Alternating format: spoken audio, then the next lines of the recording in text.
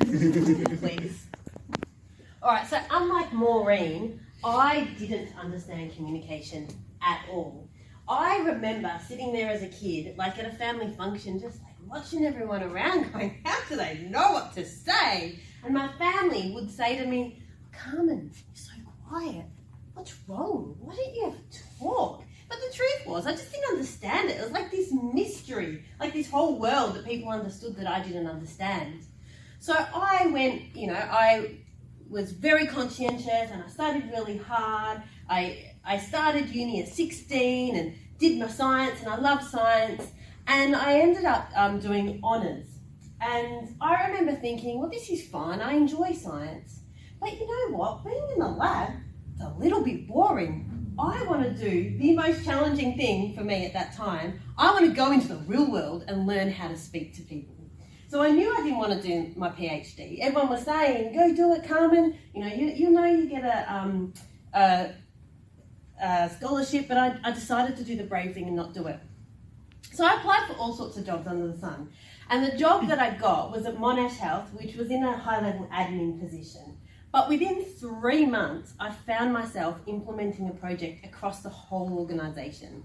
17,000 staff, 40 sites. Vertical learning curve, yes, there were tiers, but I learned how to influence change without positional authority, and I learned how to make things happen and to bring people on a journey. I then went on and implemented all sorts of projects, more enterprise-wide projects, some risky projects like we need to do this now, Carmen, otherwise things are going to happen. And I also implemented some clinical projects and some non-clinical. Like I tried it all. And I learned all these communication skills, and I thought I was pretty good now. I could communicate, I could make things happen. But the thing was, I wasn't really feeling pumped. Like I could move mountains, but I was feeling a bit lonely. I felt like I wasn't really connecting with people. And like on the outside, I had a really good life. Like I had 2 kids, I had a good job, but something just wasn't right for me. So then Maureen came to me and said, Carmen, come and do this course. And I said, yeah, whatever. No, she said, no, come and do this course. Anyway, it was a longer conversation than that. So I find myself on the first day of the course sitting there like this. Maureen's prancing around in her creativeness with a red poncho on that day. It was pink. It was pink. In my mind, it was red, all right? Anyway, it was a colourful colour, and she's prancing around in this room saying, this is going to be the best course you've ever done. And I sit there going, don't like your chances. Done a lot of courses. Anyway, long story short, it was the best course I've ever done. I learnt how to make my communication even better, and I learnt how to really connect with people, and I no longer felt lonely.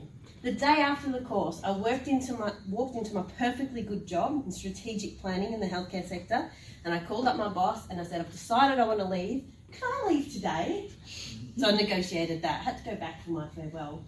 Since then, I've been running businesses, I've been making a bigger change in the world, and I feel like I feel really connected with people.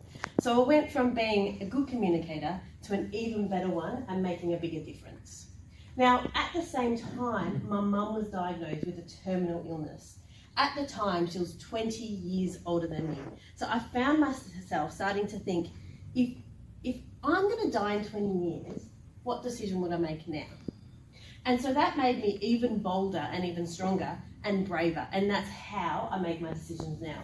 Because I reckon life is too short to play small.